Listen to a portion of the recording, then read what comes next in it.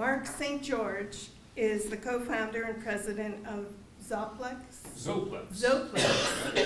digital advertising and brand marketing agency. Zoplex is a full-funnel digital agency leveraging technology to grow businesses through SEO, PPC, social advertising, CTV, reputation management, geofencing, and retargeting. Prior to Zoplex, Mark earned his Master's of Science in Professional Media and Media Management from Southern Illinois University, Carbondale, where he also taught for 8 years. Mark is a nationally recognized broadcast television director, directing live productions on networks including PBS, NASA TV, as well as Fortune 500 companies such as Hanes brand clothing. Today, he will educate us on Memetics, and the transmission of ideas.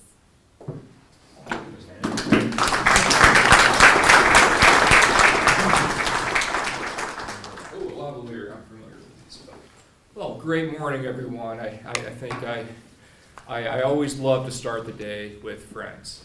So this is so wonderful, and I do appreciate the opportunity to speak to you. So this is a lecture I would give at SIU, and if you don't mind, I will.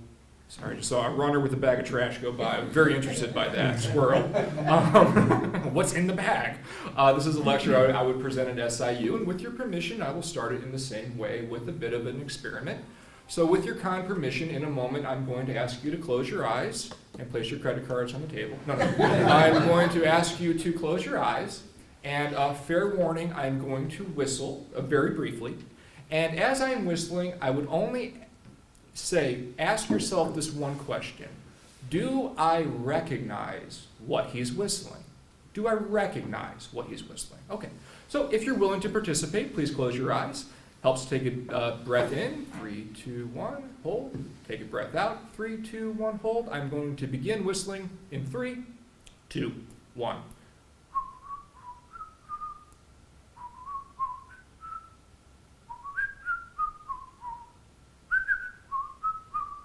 Okay, open your eyes. By a show of hands, did anyone not recognize what I was whistling? The national anthem. Oh, thank you, Les. I knew there's always one in the room. I had at least 2 students, too. For the good of the order, would someone mind just saying what it was? It was the Happy Birthday song, out of key. But what you can't. R sharp.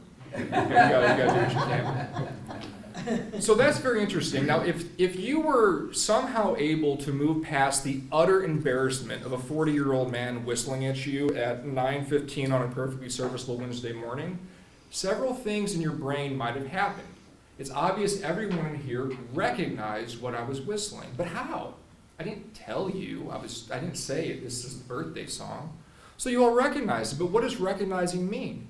Did you see the words in your head? Did you hear the words in your head? Were you hearing the melody? Were you anticipating perhaps the next note?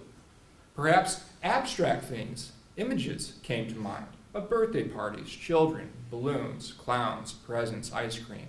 Maybe something more concrete came to mind, remembering a birthday that you just had, or looking forward to a future birthday of a loved one. Well, I will say congratulations. If any of these things happened, we just shared an idea. And that is Memetics. But again, I didn't use words to put my idea that started in my brain into your brain. Memetics is very interesting, and when I would give this presentation at SIU and I would ask my students, does everyone know what memes are? Everyone would know what memes are, because they were thinking of internet memes. And internet memes we're all actually very familiar with. They're often videos or images, captioned most times, offering humorous or interesting words and phrases. They explode in our culture. They become part of our lexicon. And this is great because internet memes are memes. They are part of a broader aspect of memetics. But there are 2 definitions of memes, internet memes and what I'm going to be discussing today, memetics. And it's great that there's two definitions of memes because that allows me to say things like all memes are memes, but not all memes are memes by all means.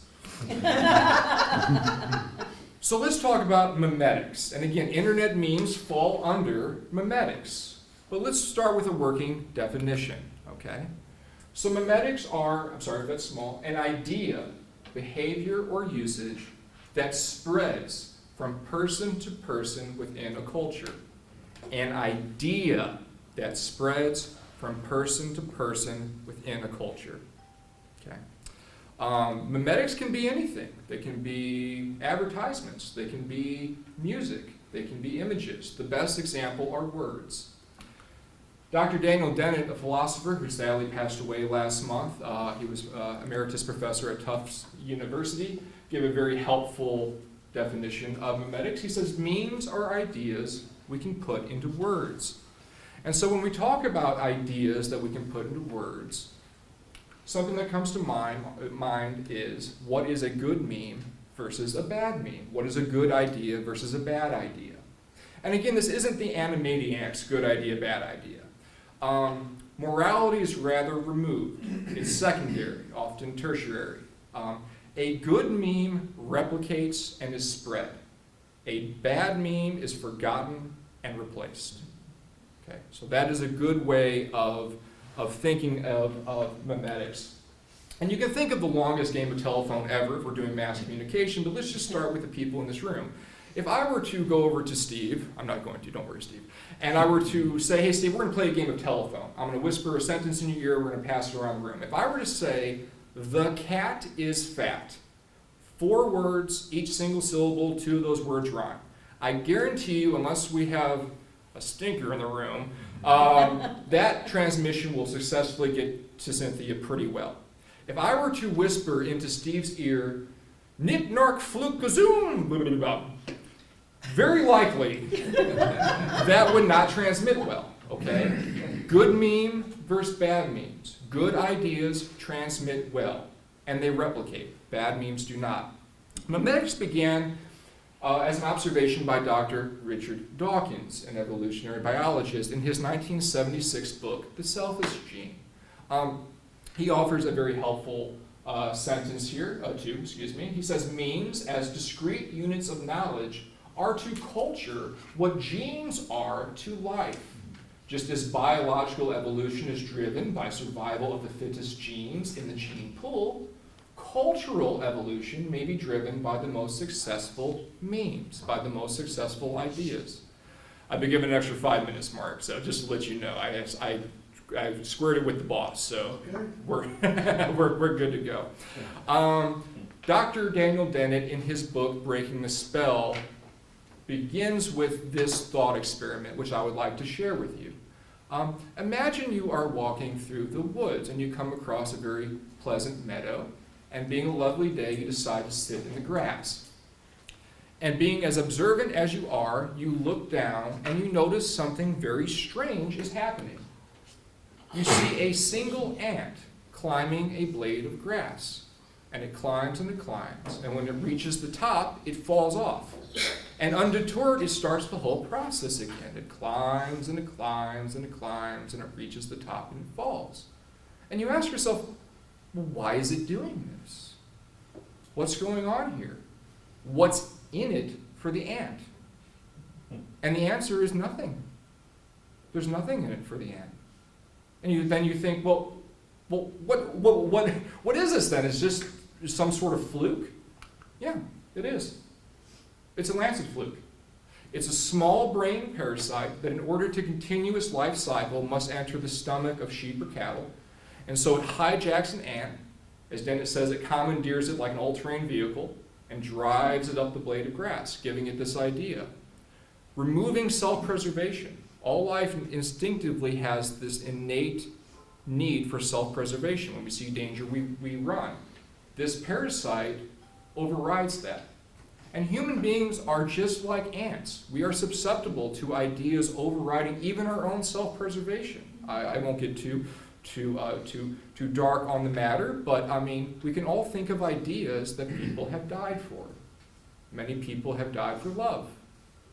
Many people have died for freedom. or justice or nationality.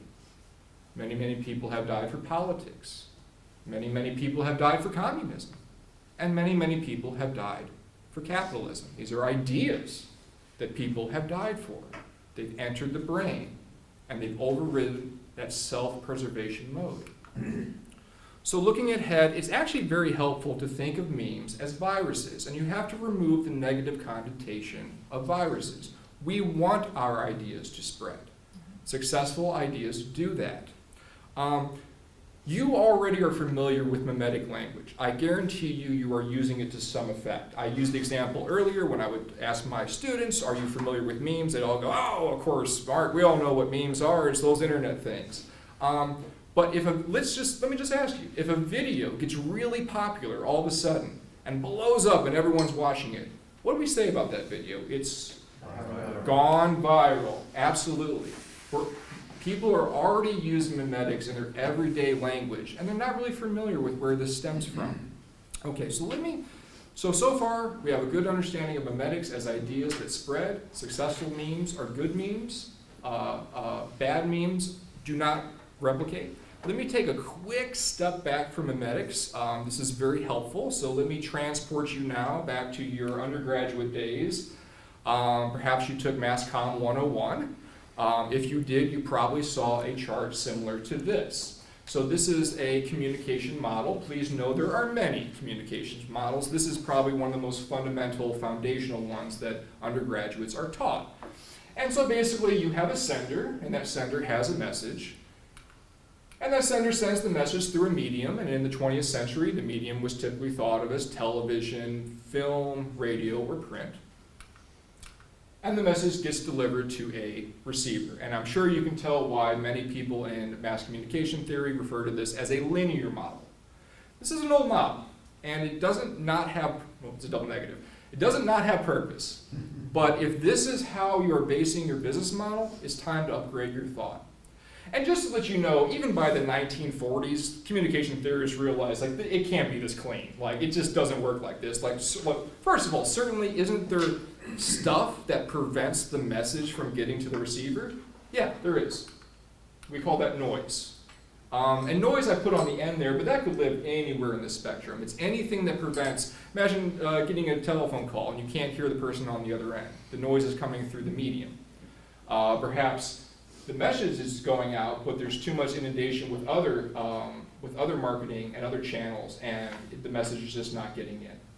And then, of course, they thought, well, surely the message doesn't just stop with the receiver, right? I mean, you know, people watch Howdy Doody, they write in, oh, we'll fix it. We'll draw a line. And so when you look in textbooks, you typically see this, and they call this line feedback, okay? Let me show you a newer model. This came out in 2019. This is just to kind of expand your horizons a bit. This is called the digital world model. You may also call it the social world model. Notice words have been replaced. In the bottom, sender has been replaced by industry. On the left, message has been replaced by content. Up above, receiver has been replaced by users. And to the right, medium has been replaced by technology. Notice how everything is interconnected, interwoven. When you're spreading your ideas in the 21st century, in 2024, moving forward, this is what you need to do. You need to be engaging in your communication. Think about a review. So you build a website, and you have a Google Business Profile, so that's your content that you use a technology to build. Someone leaves you a review. Well, now they've built content based on your content. Now you share their review on your social. So who's the content generator? You both are. Who's using the technology? You both are. So think of how you spread your ideas in this manner. I guarantee you it'll at least open up new ways of thinking. And of course, I am asked, isn't there still noise? Maybe? Let's see. Oh, I see, I gotta click it. Yes, there is still noise, and it's worse than ever. I used to tell my students on their commute to work, and this was in Carbondale, it was a very short commute, but you can do this when you're going to the grocery store, picking up the kids, or going to work.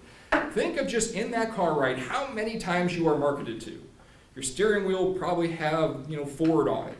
You look up ahead, the car in front of you has the make and model. That person might even have a bumper sticker on their car giving you a message.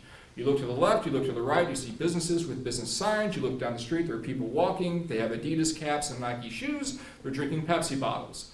You do not even realize how inundated you are with marketing. And that's why it's, I think it's often good to speak to, marketing experts, whether it be me or someone else, because we can help cut through that noise. I have a rather interesting theory, not interesting, I have a theory that, is not always met well in some academic circles, but I believe it to be true. Content alone isn't always king, or queen, or royalty. We don't have to be gender specific here. Content is great, but there are companies who spend millions of dollars on a commercial and it does not reach the KPIs that they want. Meanwhile, a cat video filmed on a cell phone will get 4 million views, okay? So what does that tell us? Well, this is my theory. The channel is greater than or equal to your content. You can have the greatest website on earth, but if you're not engaging in SEO or a PPC, you have a billboard in the middle of the woods. No one's seeing it. You have the greatest social ad content on earth, but are you advertising on social? Guarantee you no one's seeing it. Again, do you have a commercial that you paid someone and you just put it on broadcast TV? Again, going to streaming channels, getting that placement, very important. Okay, so I'm going to end with this. This blew my mind when I was in graduate school. I hate to even say that because if I don't blow your mind, you're going to be so disappointed, but this blew my mind. So in 1986, Todd Gitlin, a scholar and academic, wrote a book, Watching Television. This is the fourth chapter, I believe, called We Build Excitement. And Gitlin notices a connection of how cars, national car companies, are using memetics to sell cars. They're using memes to sell product or service. So this is where I'd like to get to. I thought cars is also a good example because none of us are necessarily maybe in the car business. Am I wrong there? Okay, good. Great, okay. So this was written in the 80s. I'm a child of the 90s, really. And so when I was growing up, advertisements were often referred to as call and response. Hey, you. Who, me? Yeah, you, Mark. Your breath stinks. It does? Yes, and you need our gum to fix it. So that's the old sort of commercial that I would see growing up. Hey, homeowners. Oh, that's me. There are burglars outside. There are? Yes, and they want to rob and pillage you. Oh my gosh. Well, don't worry. We have Bricks Home Security right for you. So again, you can all think of types of commercials that do the call and response. Memetics goes a step above. Okay, and when Gitlin noticed this is what blows my mind, in 1986, is still being used by the car industry in 2024. I'm going to give you 2 examples of car ads. I picked these at random. I had 24, I dwindled it down to 2, I could have picked any of the 24, okay? And I'm not talking about car ads like Uncle Mark's, bottom bargain bin, put their kids on TV. I'm talking about national car commercials, okay? So I'm going to play you 2. If there's audio, great. If you can't hear it, it's not a huge deal. They're just saying this is a swell car. But I want you to think, what are they selling? What is the idea that they're selling? And if you answer the vehicle, okay, you're right. But how are they getting there? Okay, so let's look at the first one. So there's not going to be any audio, but we have a woman getting in a car. She is driving down the city, lots of gizmos and gadgets in the car. She's looking around. There's a little cool building. I'm not going to try to give it away. And it doesn't matter what car, if it's an SUV, a Jeep, sedan, doesn't matter. Okay, so that's example 1. Let me show you another example, just to change it up. Vastly different. That one started in the city. This one's starting in the environment.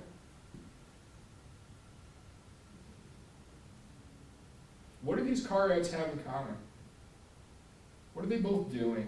And again, they're saying this is the bee's knees, our car has this much horsepower, and yada, yada. Again, it's not necessarily important that you're hearing the VO. The visual is much more important to understanding the memetics being used here.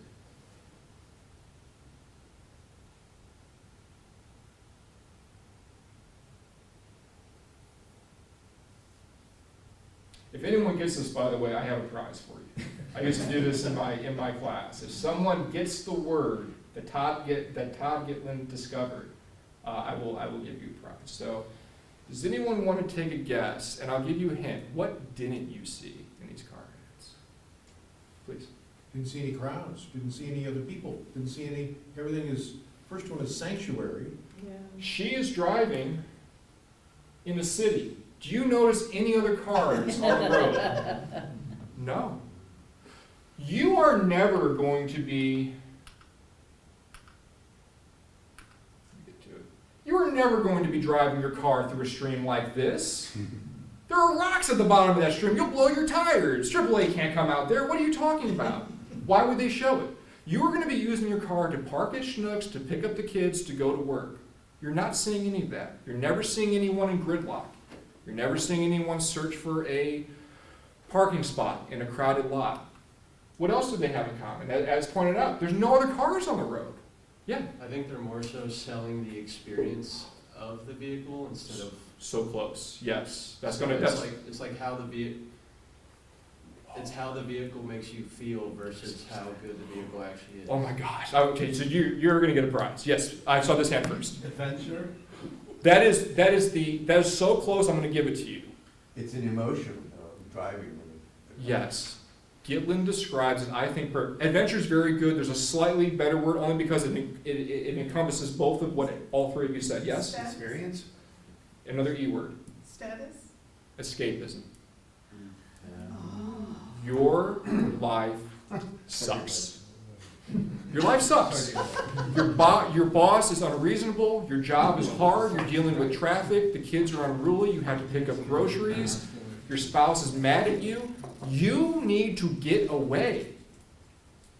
And so with both of these ads, they're showing you again. And again, even in that last ad, where is she driving off to? She was in the city, driving off into the mountains. You are never going to be driving your SUV like these people are driving them. You're not going to be going down the ocean line every day. Very few of their customers are. They're not selling you the vehicle. They're selling you on escapism. Escapism is a meme. They're using memes to drive sales. I got 1 minute, so let's go to our conclusion. But I hope that kind of, I don't know, makes you think differently about how you're selling your business. What is the idea of your business that is palatable and shareable? Okay. So memes, again, are ideas, and memetics is the study of how they are spread within a culture. We ask, what is the idea of your business that can be spread? It's a good question to ask. And you should ponder that for a while. Remember, whatever you come up with, a good meme is transmitted successfully. It's replicated. A bad meme, they are forgotten. They are replaced. Both good memes and bad memes, like genes, are subject to mutation. So understand that too, right? Just because you put out an idea doesn't mean it's not going to be mutated. Invest in your channel so we understand that you can sell your business based on memetic understanding. But don't just be linear in your channels. Think broadly. Think of 2024, how people engage. Where do people go to consume? They go to social. They go to streaming channels. This is where you need to be. Okay? Think nonlinear. And ask yourself, why do we buy cars? Why do people lease cars? So every 3 or 4 years they get a new one. Why do people pay off their car? It's perfectly good, but they traded it on a new one. They're looking at these sort of commercials, and they're getting that sense that they need to escape. Okay? That's how the car, and we all need a car. We all need to get places, but no one needs a new car every 4 years, unless you're my uncle. So sell your idea is my lasting thought to you. And actually, it's my second to last thought. I would like to just end by saying thank you, because thank you is also a meme.